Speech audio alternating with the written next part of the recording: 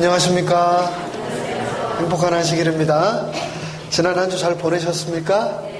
네. 오늘은 여호수아서 5번째 시간입니다. 그렇죠?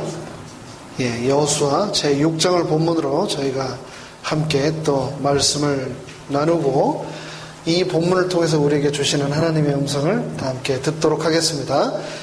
말씀에 앞서서 우리 교회 프레이즈팀 우리의 마음을 하늘로 열도록 아름다운 찬양으로 이 예배를 준비해 주시고 우리에게 감동을 주셔서 다시 한번 진심으로 감사를 드립니다.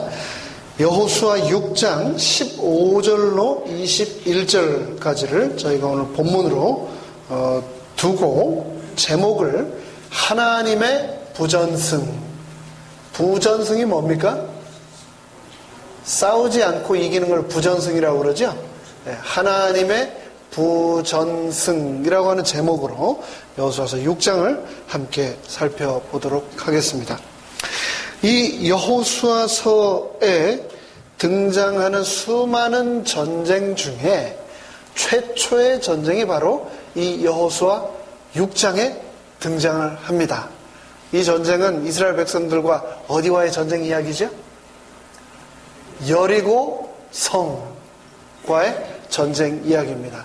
어쩌면 성경 전체를 통틀어서 가장 드라마틱하고 가장 손에 땀을 쥐게 하면서 이 마지막에 통쾌함이 짜릿하게 우리에게 전율로 다가오는 그 전쟁이 바로 이 여호수아 6장의 여리고 전투라고 할 수가 있겠습니다. 이 여리고성 전쟁 배경을 간단하게 앞서서 살펴보도록 하겠습니다. 여호수아서는 전에 말씀드린 대로 죽음에서 시작해서 죽음으로 끝나는 책입니다. 누구의 죽음으로 시작되죠? 모세의 죽음으로 시작해서 누구의 죽음으로 끝나나요? 여호수아의 죽음으로 끝나는 것. 그것이 이 여호수아서 전체인데 이 여호수아서에 보면은 이스라엘 백성들 40년 동안 광야 생활을 하면서 인구조사를 한 내용이 나오는데 2번 했다라고 기록이 되었습니다. 한 번은 시내산 밑에서 인구를 조사를 하였고 또 한 번은 모압 평지에서 인구를 조사를 했습니다. 근데 이 인구 숫자가 재미있습니다.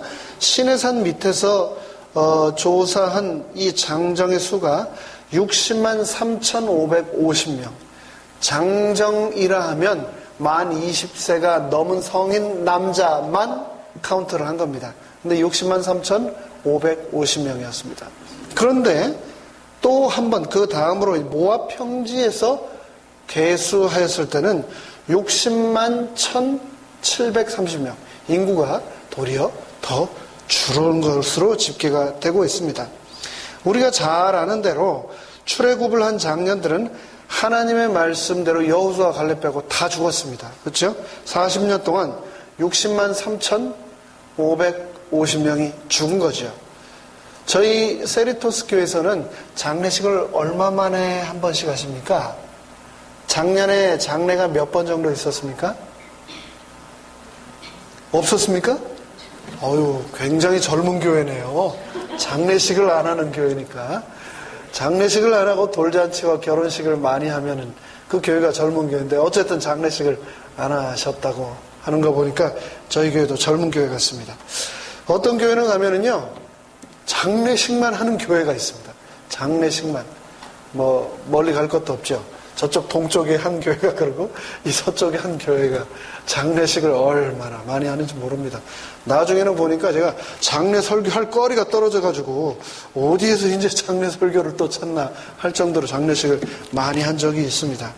근데 이 이스라엘 백성들이 출애굽해서 가나안 도착할 때까지 총 몇 번 텐트를 걷어 이동을 하고 새롭게 장막을 쳤냐면은 43번을 장막을 옮겨 쳤습니다. 40년 동안 43번 했으면 이사를 1년이 채 안 돼서 한 번씩 한 꼴입니다. 이사 많이 하는 것처럼 스트레스 많이 받는 일이 없는데 이스라엘 백성들이 평균 거의 1년이 채 안 된 시간 동안 40년 동안 43번 그러면서 하루 평균 100명씩의 장례를 치르면서 40년을 전진을 한 겁니다. 그렇게 해서 이스라엘 백성들이 드디어 우리가 지난 시간 어느 강을 건넜습니까? 요단강을 건넜죠. 그리고 요단강을 건널 때 그 급박한 순간 가운데서 강을 막 급하게 나오기도 정신이 없는 그 상황에 하나님이 요단강 바닥 제사장들이 법궤를 메고 있던 그 선 자리에서 뭐 12덩이를 꺼내라고 했습니까? 돌을 12덩이 꺼내라고 그러셨죠.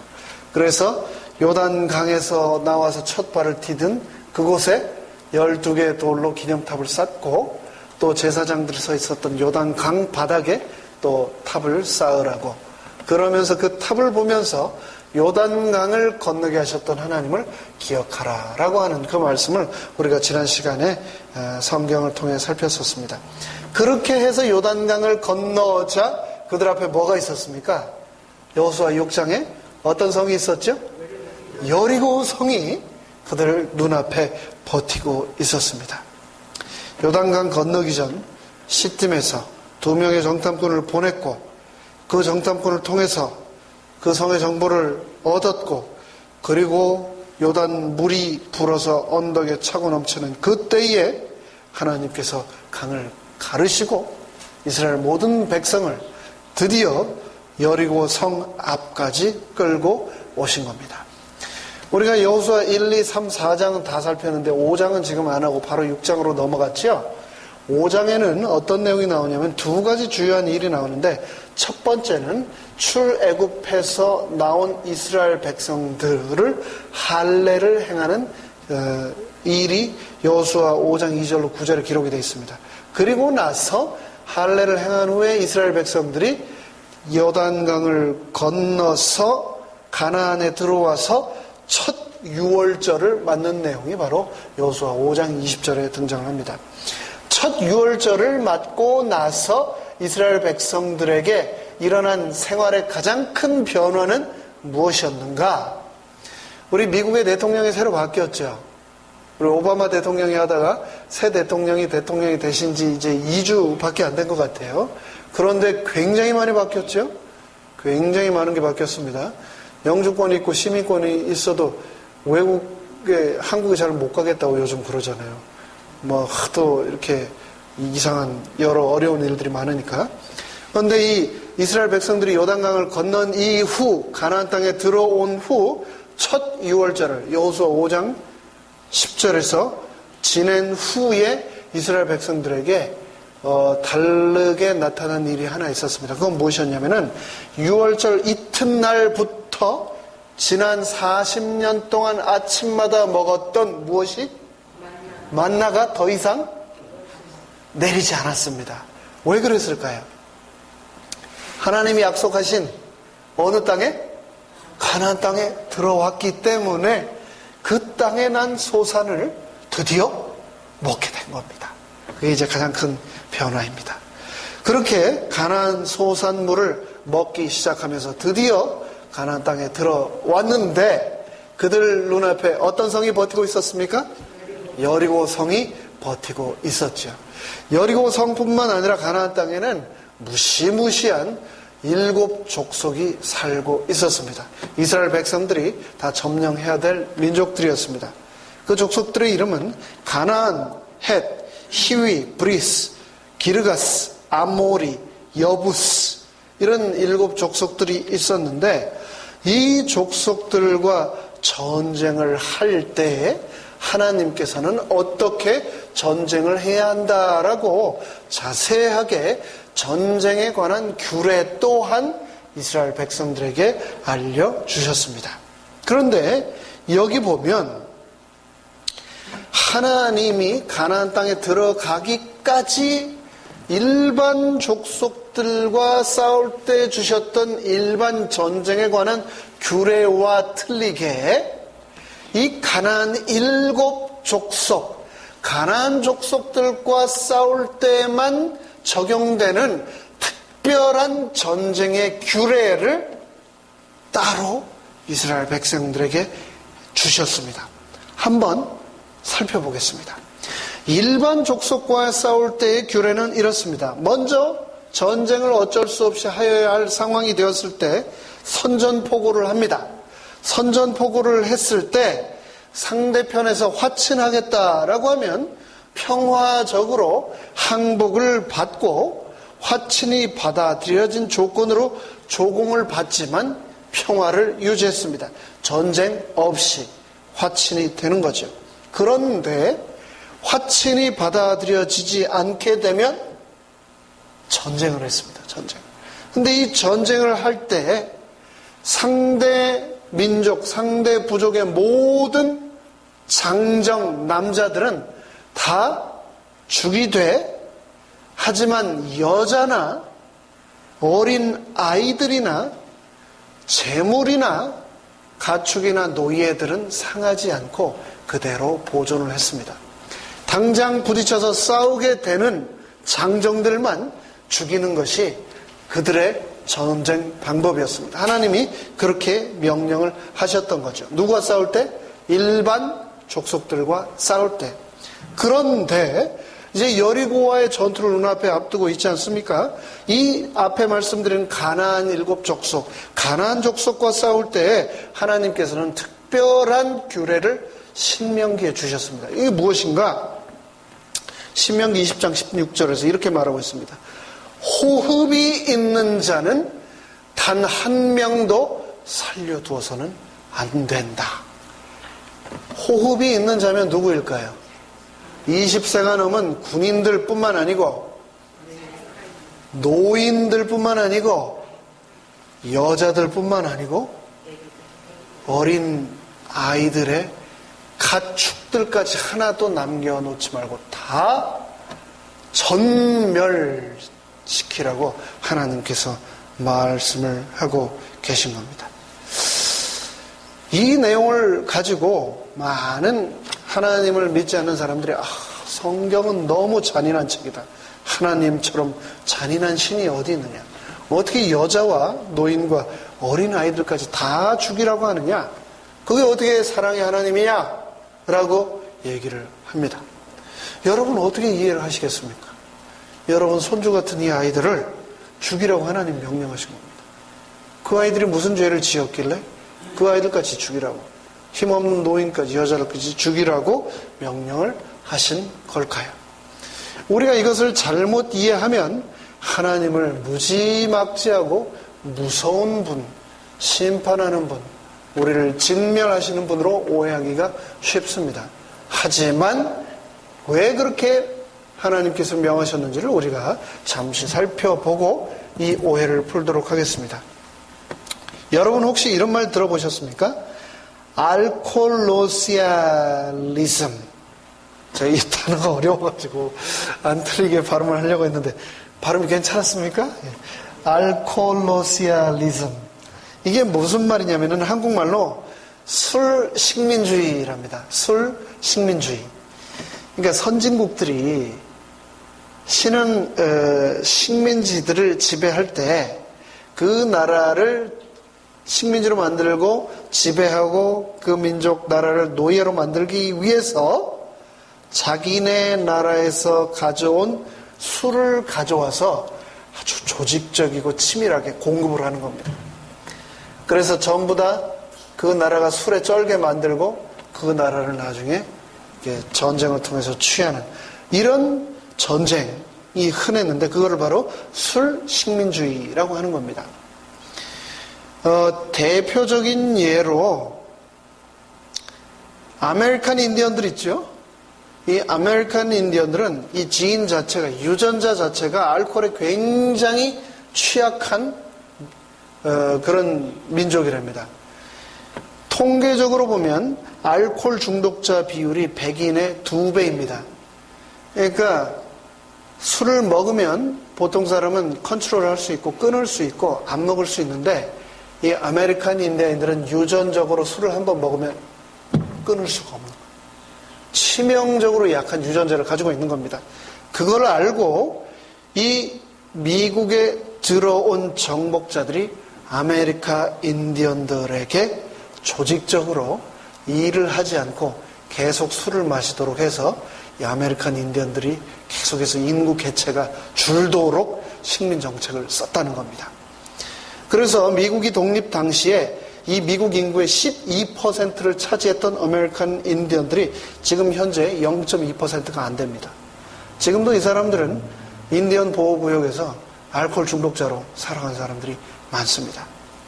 누구나 다 치명적으로 약한 그런 약점들을 가지고 있는 거죠. 어떤 사람들은, 어떤 민족들은 도박에 굉장히 취약한 사람들이 있습니다. 이거를 재미로 해서 하다가 말 수 있는 게 아니고 한 번 하면 벗어날 수 없이 빠져버리는 사람들이 있습니다. 그런 민족들이 있어요. 유독 도박 많이 하는 민족들이 있잖아요. 그렇죠? 그런 겁니다. 그런데 이 이스라엘 백성들은 뭐에 취약했냐면은, 이 사람들이 뭐에 취약했냐면은 뭐만 보이면 막 믿으려고 하는 이 우상숭배에 아주 치명적으로 약한, 그들의 신앙적인 유전자에 치명적으로 약한 그런 약점을 가지고 있는 사람들이었습니다. 그리고 또 이 사람들이 유목민으로 살아서 그런지는 모르겠는데 조금만 화려한 사람들을 보면 그들로부터의 성적인 유혹을 뿌리치지 못하고 완전히 이 민족 전체가 거기서 헤어나지 못하는 그런 과오를 수도 없이 범해 왔습니다. 그러니까 이 이스라엘 백성들이 가지고 있는 취약한 점, 우상 숭배와 성적 타락, 이거는 정말 이 사람들한테 아메리칸 인디언들에게 술처럼 치명적인 아주 무서운 부분들인데, 가나안 땅에 사는 이 7 부족들이 뭐를 하는 사람들이었냐면 우상 숭배를 하는 사람들이었고, 그들의 모든 종교 행위는 성전, 신전에서 일어나는 매춘 행위였습니다. 그렇기 때문에 가나안 민족들이 살아있는 그곳에 이스라엘 백성들이 같이 동화돼서 그들을 교화시키면서 산다고 하는 것은 불가능한 일이었습니다. 그들이 완전히 없어지지 않는 한 이스라엘 백성들은 이 아메리칸 인디언들의 알코올 중독자로 살아가는 것처럼 그 민족 전체가 죄악에 완전히 타락돼 그 민족 자체가 없어질 것을 하나님은 아셨기 때문에 그것을 철저하게 처음부터 정리하고자 하셨던 겁니다. 구약 성경에서 등장하는 히브리어 헤렘이라고 하는 말은 한국말로는 진멸이라고 하는 단어로 번역이 되어 있습니다. 영어로 completely destroy, 완전히 파괴시키는 것, exterminate, 완전히 파괴시키는 것을 바로 진멸이라고 합니다.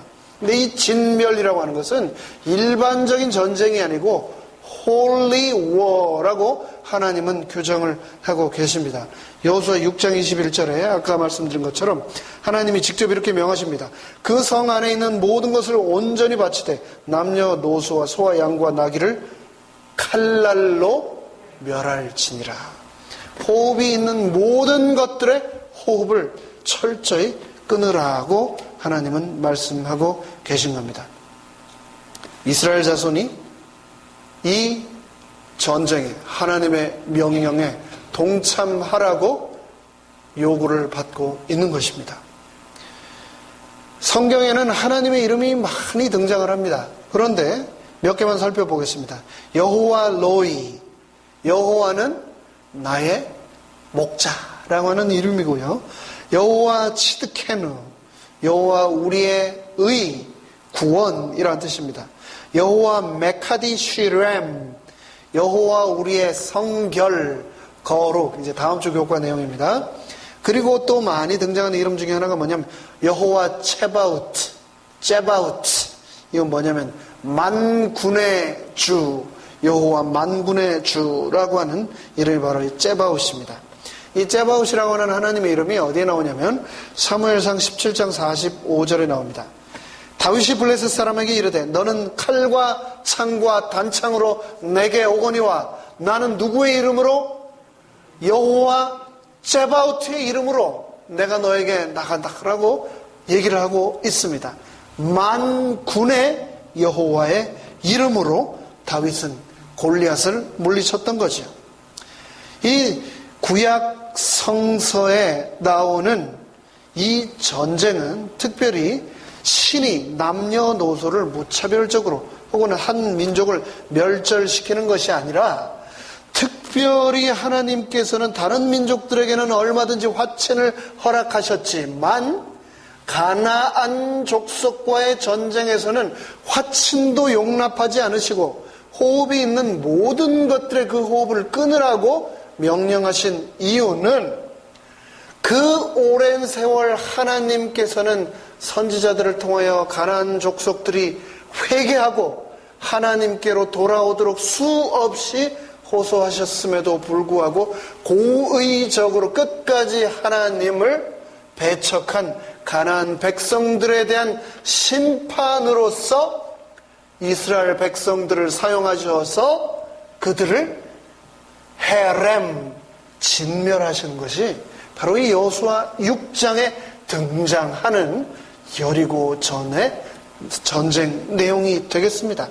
이 심판은, 이 전쟁은 그냥 땅을 쟁취하기 위한 전쟁이 아니라 세상을 공의로 심판하시고 의로운 자들을 구원하시는 구속사적인 맥락에서 우리가 이해를 해야 되겠습니다. 하나님 무지막지한 분이야 어린아이들까지 다 죽이고, 그게 아니라는 겁니다. 그들에게 끊임없이 제공하셨던 회개의 기회를 끝까지 거절한 자들에게 내린 하나님의 심판이었고, 그 심판의 도구로 이스라엘 백성을 사용하신 것입니다. 여호와의 군대 장관이 여호수아 5장 13절에 등장을 합니다. 이 전쟁을 앞두고 여호수아는 잠을 이루지 못했습니다. 그리고 그 전쟁을 기다리고 마음의 준비를 하고 있을 때 여호수아 5장 13절에 한 사람이 여호수아 앞에 등장을 했습니다. 눈을 들어 본즉 한 사람이 칼을 빼어 손에 들고 마주 서 있는지라. 여호수아 앞에 누군가 칼을 뽑고 서 있는 겁니다. 그런데 그 사람에게 여호수아가 나아가서 이렇게 묻습니다. 너는 우리 편이냐 저쪽 편이냐 라고 묻습니다. 그 칼을 뽑고 서 있는 사람에게 여호수아가 그렇게 묻습니다. 그런데 이 사람이 뭐라고 얘기를 하냐면 아니라 라고 얘기를 합니다. 무슨 말인가?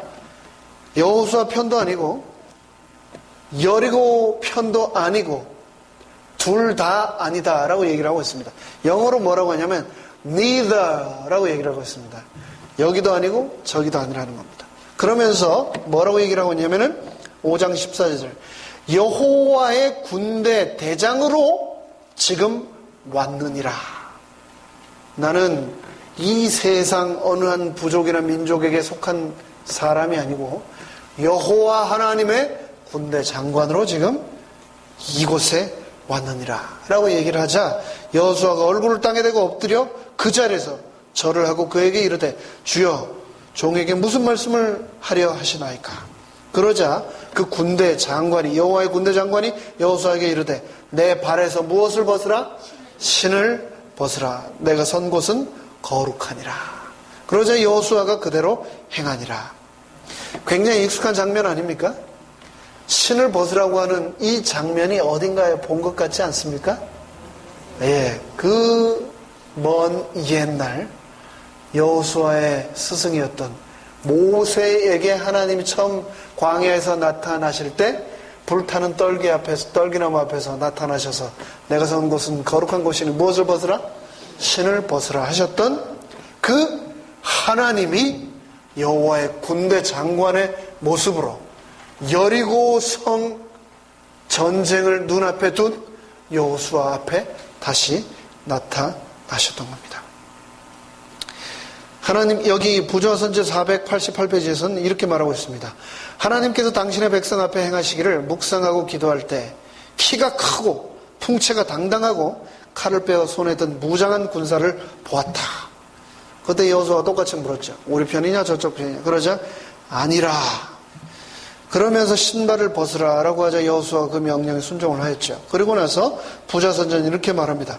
이스라엘의 지도자 여호수아 앞에 서셨던 분은 지존하신 그리스도셨다. 성육신에서 마리아의 뱃속을 통해 이 세상에 태어나셨던 예수님, 그 예수님께서 여리고성 전쟁을 앞두고 두려움 가운데 떨고 있던 여호수아와 그의 민족들을 위로시키기 위해서 군대 장관의 모습으로 그곳에 나타나셨던 겁니다. 우리 그리스도 예수님께서는 그 먼 옛날 성육신 전에 여호수아 앞에 나타나셨던 것처럼 내 인생의 위기와 내 인생의 큰 도전 앞에서 우리가 잠 못 들고 고민할 때 내 삶 가운데도 분명히 찾아오실 것입니다. 여호수아와 함께 하셨던 그 예수님이 나의 삶에도 매 순간순간 함께 하시기를 간절히 바랍니다. 또 여기에서 우리가 얻을 수 있는 영적인 교훈이 뭐가 있을까 한번 생각해 보겠습니다. 여호수아서 5장 13절에서 여호수아는 우리 편입니까? 저쪽 편입니까? 적군입니까? 아군입니까? 라를 묻고 있습니다. 그때 그리스도께서는 이 군대 장관은 뭐라고 얘기냐면 나는 둘 다 아니다. 나는 누구 편이다? 하나님 편이다 라고 얘기를 하고 있습니다. 하나님 편이다. 하나님께서 보낸 하나님 편이다 라고 얘기를 하고 있습니다. 교회 안에서 네 편, 내 편이 있을 수 있습니까? 교회 안에서 좀 친한 사람, 좀 덜 친한 사람이 있을 수 있습니까? 아, 누구 집사님, 그 집사님은 누구하고 좀 친해요. 아, 누구 장로님, 아, 그 장로님은 저기 누구하고는 좀 친하고 누구하고는 좀 덜 친해요. 그럴 수 있습니까? 그럴 수 있죠. 우리가 인간이니까. 그런데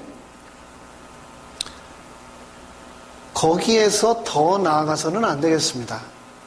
우리는 그 누구와도 사귈 수 있어야 되고 그 누구와도 마음을 터놓을 수 있어야 되고 그 누구와도 융화를 할 수 있는 그런 존재로 교회 생활을 해야 되겠습니다.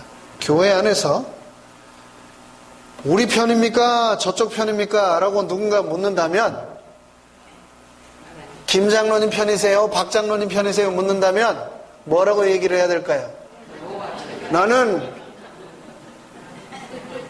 바다와 육지를 만드신 우리 하나님 편입니다 라고 고백하게 되시기를 간절히 바랍니다.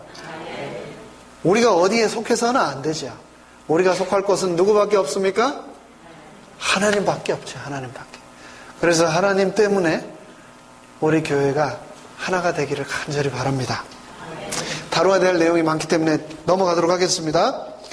인간의 모습으로 나타났던 그리스도, 그 그리스도가 여호수아 앞에 나타난 이유는 우리가 내 편이냐 상대편이냐 이 중요한 것을 따질 것이 아니라 또 때로는 자기 합리화로 하나님을 내 편으로 만들려고 해서는 안 된다고 하는 그런 오류에 우리가 빠져서는 안 된다는 것을 알려주기 위해서였고, 또 우리가 기도하고 우리가 신앙할 때도 그런 유혹으로부터 과감히 자유로워져야 되겠습니다.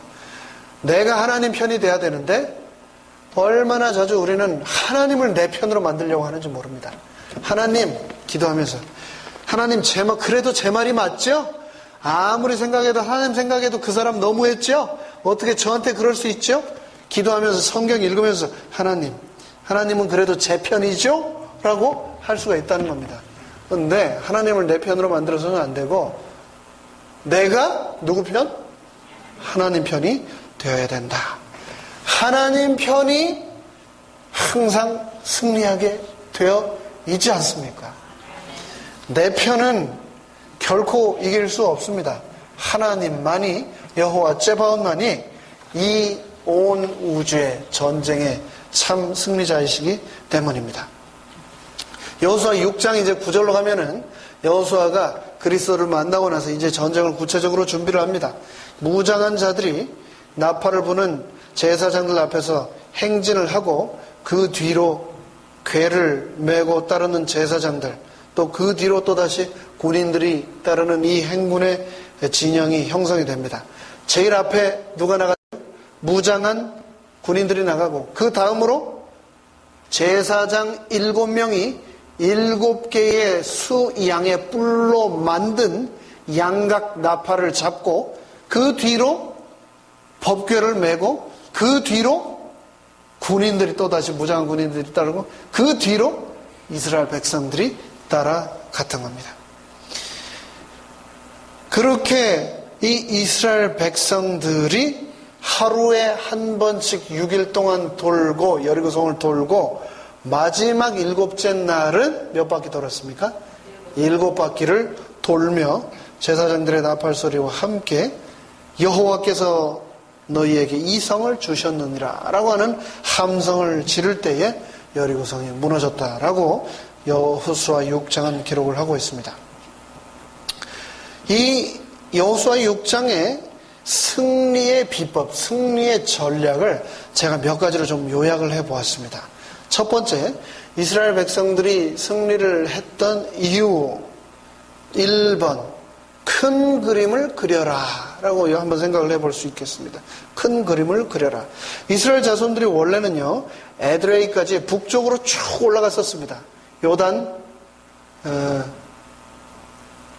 동편에서, 그렇죠? 요단 동편에서 요단강을 두고 에드레이까지 북쪽으로 쭉 올라갔다고요. 그런데 그 북쪽을 통해서 가나안 진입하지 않았고요. 도로 내려와서 가나안의 허리인 요단 강폭이 가장 넓은 여리고로 지금 관통해서 가나안 성을 들어가려고 계획을 하고 있는 겁니다. 이 가나안의 정중앙을 예루살렘으로 볼 때, 예루살렘을 중심으로 남쪽에는 남부 가나안 연합군이 형성되어 있었고, 북쪽으로는 북부 가나안 연합군이 하솔 지역을 중심으로 형성되어 있었습니다. 만약에 이 적들을 하나하나 순서대로 남쪽에서 북쪽으로 혹은 북쪽에서 남쪽으로 상대를 하려고 했다면은 가나안 정복 전쟁이 7년이 아니라 14년, 20년, 30년이 돼도 못했을 겁니다. 그런데 하나님이 그들을 어디로 이끄셨냐면은 가나안의 정중앙, 가장 강한 나라, 가장 강한 민족 백성이 있는 어디로? 여리고로 이끌어서 정면 대결을 하게 한 겁니다. 꼭 그거 같지 않습니까? 한국 6.25 전쟁 때 메가더 장군이 정중앙 인천으로 상륙을 해서 남과 북으로 파죽지세로 이렇게 공산 정권을 몰아냈던 그 일이 머릿속에 떠오르는데요. 하나님께서는 그와 똑같이 가나안 상륙을 할 때 정중앙인 인천을 파고 들어간 것처럼 이 여리고를 통해서 남북으로 동시에 이스라엘 백성들이 가나안 7족속을 점령해 나가도록, 그래서 7년 안에 이 전쟁이 마치도록 인도를 하셨던 겁니다. 우리가 무슨 일을 하든지 큰 그림을 그려야 되겠습니다. 큰 그림을 그리고 큰 거부터 해결을 해 나가야 되겠습니다. 그때 당시 가나안 지역에 수많은 성들이 있었습니다. 저번 시간에 말씀드린 것처럼 바산 왕 옥이라고 하는 왕의 성만 50개가 넘었습니다. 그 많은 성들이 있었는데 그 중에서 하나님은 제일 큰 성, 제일 정복하기 어려운 성을 제일 먼저 치게 하셨던 겁니다. 우리 삶에서도 가장 큰 것, 가장 중요한 것부터 우리가 해결을 해야 되겠습니다.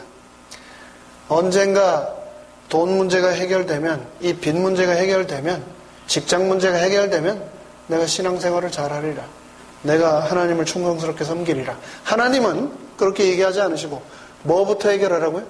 그것부터 해결하라고, 그 여리고부터 해결하라고 하나님께서는 여호수아 6장을 통해서 우리에게 말씀을 하고 있는 겁니다. 또 우리가 우리 인생에서 승리하기 위해서 또 생각해야 될 것 중에 하나는 새로운 방법을 끊임없이 연구하라는 것입니다.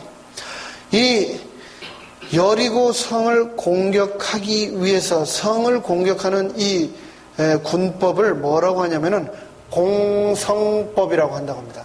병법에서 공성법, 성을 공격하는 법, 공성법.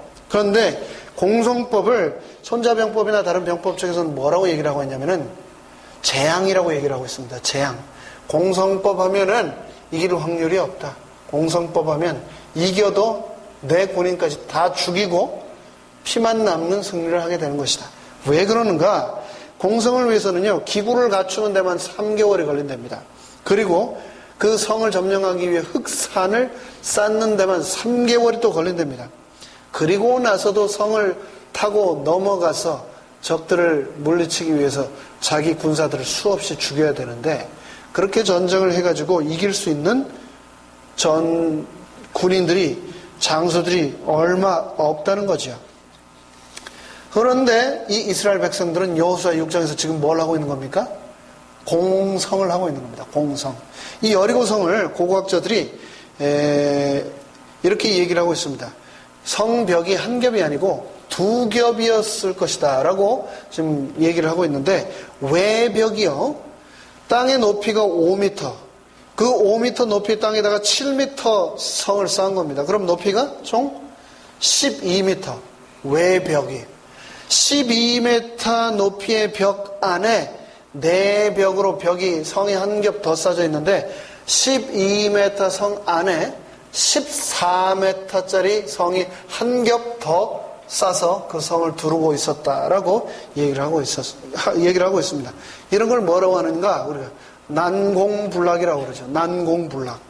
이 성을, 이렇게 높은 이중의 성벽을 어떻게 무너뜨릴 수 있겠습니까? 그런데 이 성을 무너뜨리기 위해서 이스라엘 백성들이 할 수 있는 게 뭐가 있었을까요? 사다리를 만드는 거? 성이 12m니까 사다리를 한 14m짜리 만들어서 거기다 대고 올라가는 거? 아니면 그 성을 부술 수 있는 엄청나게 무거운 큰 도구를 만들어서 성벽을 두들겨서 깨는 것? 아니면 그 성을 타고 넘는 불화살을 쏘는 것?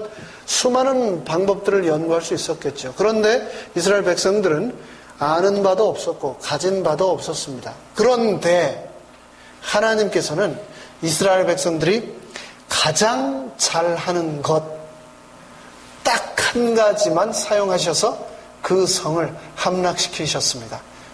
그게 무엇이었을까요? 걷는 거. 이스라엘 백성들은 걷는 거 하나는 최고로 잘했거든요. 몇 년을 걸었으니까. 40년을 걸었거든요.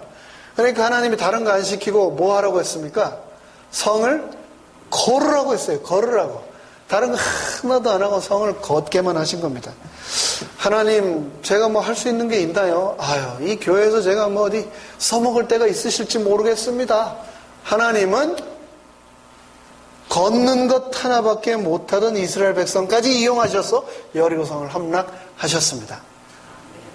하나님은 나 또한 분명히 사용하실 겁니다. 그것을 찾아서 하나님께 드리시게 되기를 간절히 바랍니다. 이스라엘 백성들이 가장 익숙하고 가장 잘하는 것, 그 걷는 것으로 이 여리고성을 함락을 했습니다. 그런데 이거를 좀 더 자세하게 한번 생각을 해보겠습니다. 어떻게 걸었는가? 그때 당시 이스라엘 백성들이 20세 이상 남자만 60만 명이라고 했습니다. 그러면 남자, 20세가 안 된 남자, 그리고 여자, 노인, 어린아이 다 합치면 200만 명은 더 됐겠죠. 그런데 그들이 진을 치고 있던 곳은 길갈이었습니다. 길갈에서 여리고성까지 길이가 2마일밖에 안 됐습니다. 2마일. 2마일이면 보이잖아요. 그렇죠? 보이는 거리라고요. 그 보이는 거리 앞에 200만의 이스라엘 백성들이 진을 치고 있고, 여리고성 안에, 이중성 안에서 여리고 백성들은 간담이 다 녹아서 바들바들 떨고 있었던 겁니다. 하나님께서 일어나서 그 성을 도르라고 했습니다. 이 성을 도를 때 몇 명이 돌았을까요? 모릅니다. 몰라요. 몇 명이 돌았는지 알 수가 없죠. 근데 도는 거는 남자만 할 수 있나요? 여자도 할 수 있습니다. 그리고 어린아이도 할 수 있습니다. 누구나 다 할 수 있는 겁니다. 한번 생각을 해보시기 바랍니다. 2마일 거리에 성 안에 있는 사람들이 아침부터 사람들이 줄을 쫙 서서 오기 시작합니다. 2마일이면 금방 와요. 와서 성을 돌기 시작해요. 돌았습니다. 도는데 여리고성 자체가 크지 않기 때문에 30분이면 다 돈다고 얘기를 해요. 고고학자들이. 30분이면 돌았어요. 그래서 도온 사람들은 이제 길갈로 다시 돌아가겠죠? 그러면 자기 할 일 다 했으니까 이 사람은 뭐 할까요? 쉬겠죠. 그런데 아직 출발도 안 한 사람들은 계속해서 또 나올 거 아닙니까?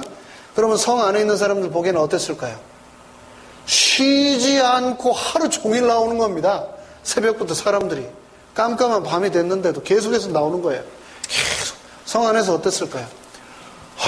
이 사람들이 왜 아무것도 안 하고 뱅뱅 돌기만 하지? 언제 공격은 하는 거야? 두려워 떨었을 겁니다. 여러분, 가장 오랫동안 잠을 안 잡은 게 한 몇 시간 정도 되십니까? 하루 밤새고 이틀 세본 분 계십니까? 이틀. 3일? 3일. 하루만 안 자도 사실 굉장히 힘듭니다. 그렇죠? 근데 이틀 안 자면 정말 힘들고요. 3일을 안 자면은요, 착시와 환청이 들린답니다. 착시와 환청이 들린다고 그래요. 여리고성 안에 있는 사람들이 잠을 잘 잤을까요? 아니, 눈 맞으면 새벽이고 밤이고 계속 누가 돌아요? 사람들이 막 돌아요. 그런데 아무 소리도 안 해요. 더 무서워. 뭐라고 소리를 지르든가, 화살이라 쏘든가. 그것도 안 하고 그냥 계속 도는 겁니다. 사막에 수북한 흙먼지를 일으키면서 발을 맞춰서 척 새벽부터 밤늦게까지. 이 성 안에 있는 사람들이 잠을 못 잤을 겁니다. 일주일을 그렇게 돌았거든요. 3일만 못 자도 착시와 환청을 일으킨다고 했는데, 이스라엘 백성들의 이 행렬 때문에 여리고성 사람들이 말 그대로 간담이 다 녹아 내렸을 겁니다. 마지막 날이 되었을 때 7바퀴를 돌았을 때는 어땠을까요? 정말 어마어마했겠죠. 도온 사람들이 계속해서 돌면서 그 성을 7바퀴를 돌았으니 그들은 정말 큰 두려움 가운데 있었을 것입니다. 그리고 그동안 외치지 않던 큰 양각 나팔 소리와 함께 이스라엘 200만 명이 성에다 소리를 질렀으니 그 함성에라도 성이 무너졌을 겁니다. 그 전에 이미 여리고성 안의 사람들은 이미 마음이 다 녹아내렸을 것입니다. 이 일을 여러 사람들이, 여러 학자들이 다양한 설을 내놓고 있습니다. 어떤 학자들은 뭐라고 얘기를 하고 있냐면, 여리고성이 무너진 거는 지진이다, 지진설이다, 이렇게 얘기를 하고 있습니다. 그쪽이 요단계곡에 거대한 단층들이 있어서 서로 반대 방향으로 움직이는 두 개의 큰 판 사이에 여리고성이 끼어 있답니다. 지진 때문에 무너졌다라고 얘기하는 사람들이 있습니다. 또 어떤 학자들은 땅굴을 팠을 것이다. 이게 계속 도는 사이에 군인들은 밑으로 가서 막 땅굴을 파서 들어갔을 것이다 라고 하는 설도 있습니다. 또 공명설이 있습니다. 공명설은 뭐냐면은 물체마다 고유 진동수가 있는데 외부에서 가해지는 진동수와 일치하게 되면 이 진폭이 걷잡을 수 없이 증가를 해서 그 어떤 물체라도 파괴될 수밖에 없는 엄청난 위력이 발생한다. 저는 이건 과학적인 거라 잘은 모르겠습니다. 그런데 물리학적으로 이런 게 있나 봅니다. 공명에 의해서 실제로 저 위쪽에 있는 타코마 다리 있죠? 타코마 다리, 그리고 1831년 4월 14일 영국 캘버리 부대가 맨체스터 근교에서 행진할 때 부대원들이 발굴한 박자가 어떻게 우연히 이 공명이, 다리가 가지고 있는 공명수하고 맞았나 봅니다. 그래서 다리가 실제로 무너진 적이 있습니다. 근데 어찌되었건, 지진이 되었건, 소리의 파장이 되었건, 기생 라합의 집만 남겨놓고 그 성을 무너뜨릴 수 있는 분은 누구밖에 안 계시다? 여호와 하나님밖에 안 계시다. 참 대단하신 분이죠. 하나님께서는 기생 라합과 그의 가족들만 남겨놓고 이 성을 무너뜨리셨습니다. 이제 말씀을 마치겠습니다. 여러분, 싸움 많이 해보셨습니까? 싸움 잘하세요? 네. 저는 싸움을 해본 적이 없어서 싸움을 제가 잘할지 못할지도 모르겠습니다. 그런데 제 생각에 싸움을 하면 아마 제가 형편없을 것 같습니다. 그런데 싸움에 있어서 제일 중요한 게 무엇인가? 싸우지 않고 목표를 달성하는 것, 그게 최고랍니다. 그게 최고의 장수고 최고의 지혜로운 방법이라고 얘기를 합니다. 병법에서 그렇다는 거죠. 우리가 이 영적인 생활에서, 신앙생활하면서, 전도하면서 싸울 수 있습니까? 싸울 수 있습니다. 싸울 수 있어요. 전도한다고 싸울 수 있어요. 그런데 전도를 하는 건지 싸우러 다니는 건지 모르는 그런 사람도 있습니다. 뭐라고 하냐면은 내가 여호와 증인 킬러라고, 갖다만 대라고, 내가 이렇게 하면은 막 여호와 증인 한 방에 보낼 수 있다고. 그분들 보면 막 사랑으로 예수님을 전하는 것보다는 막 싸움을 못해서 안달이 나가지고 잡히기만 해봐 막 이렇게 싸우려고 하는 그런 분들이 좀 간혹 있습니다. 이 성경절로 내가 박살을 내버리겠어 막 이렇게 얘기를 하는 분들이 계시단 말이에요. 그런데 만약에 그렇게 여호와 증인, 그렇게 장로교인이 우리가 성경적 말 하는 거에 막 절절매매 대답 못 해가지고 제가 이겼어요. 거 보라고 내가 이걸로 그냥 박살을 내가지고 이겼다고 하면 그 말씀을 듣고 그 성경절을 들은 그분들이 어떻게 할까요? 아유 정말 그렇구나. 내가 재림교회 신자가 되겠습니다. 하고 그분들이 이렇게 들어오실까요? 말은 못하고 싸움은 싸움대로 했는데 내가 지금 말은 못하지만 내 두 번 다시 당신 교회 가나 봐라. 이렇게 마음속에 상처를 받고 떠나는 경우가 있습니다. 그러면 싸움은 싸움대로 하고 사람은 사람대로 잃어버리는 겁니다. 그거 전도입니까? 전도 아니에요. 자꾸 그러면은 이단은 말도 하지 말라고, 이단은 마주치지도 말라고 하면서 더 우리 이 교회 재림기별 복음 전하는데 더 장애만 겪게 되는 겁니다. 어떤 사람 보면은 이기고도 모든 것을 다 잃는 사람이 있어요. 분명히 보면 이겼어. 그런데 하나도 얻는 게 없어요. 근데 어떤 사람은 다 져줘요. 다 져주는데 다 얻어내는 사람이 있습니다. 이기고도 지는 사람이 될 것이냐, 져주고도 이기는 사람이 될 것이냐, 한번 생각해 봐야 되겠습니다. 현명한 장수는 피를 흘리지 않고 승리를 거둔다라고 했습니다. 싸우지 않고 마음을 얻는 것 최고의 방법이다라고 말을 하고 있습니다. 여리고성 이 전쟁은 이스라엘이 싸우지도 않았음에도 불구하고 하나님께서 승리를 주신 하나님의 부전승이었습니다. 하나님의 부전승. 7이라고 한 숫자가 어떻게 만들어진 건지 아십니까, 여러분? 성경에서 말하는 이 거룩한 숫자, 완전한 숫자 7이라고 한 숫자는 성부, 성자, 성령 이 세 분의 하나님과 동서남북 사방위는 세계를, 우주를 나타내는 숫자 아닙니까? 그래서 삼위 하나님과 사방위가 합쳐져서 7이라고 하는 완전 숫자를 성경에서는 상징적으로 사용을 하는데, 그 하나님의 말씀에 순종해서 7명의 제사장들이 7개의 양각 나팔을 불면서 7번째 날 7바퀴를 돌면서 이 모든 일들을 하나님의 뜻대로 순종을 하자 피 한 방울 흘리지 않고 그들은 걷는 것 하나만으로 여리고성을 무너내려 드릴 수 있었습니다. 우리 인생에서 우리 하나님을 마음 중심에 우리가 두고 산다면, 하나님과 우리가 우리 인생의 전쟁을 함께 한다면, 우리 중심에 하나님이 주신 믿음이라고 하는 무기가 있다면, 여리고성보다도 더 높은 성일지라도 우리는 그 성을 쟁취해 나갈 수 있을 것입니다.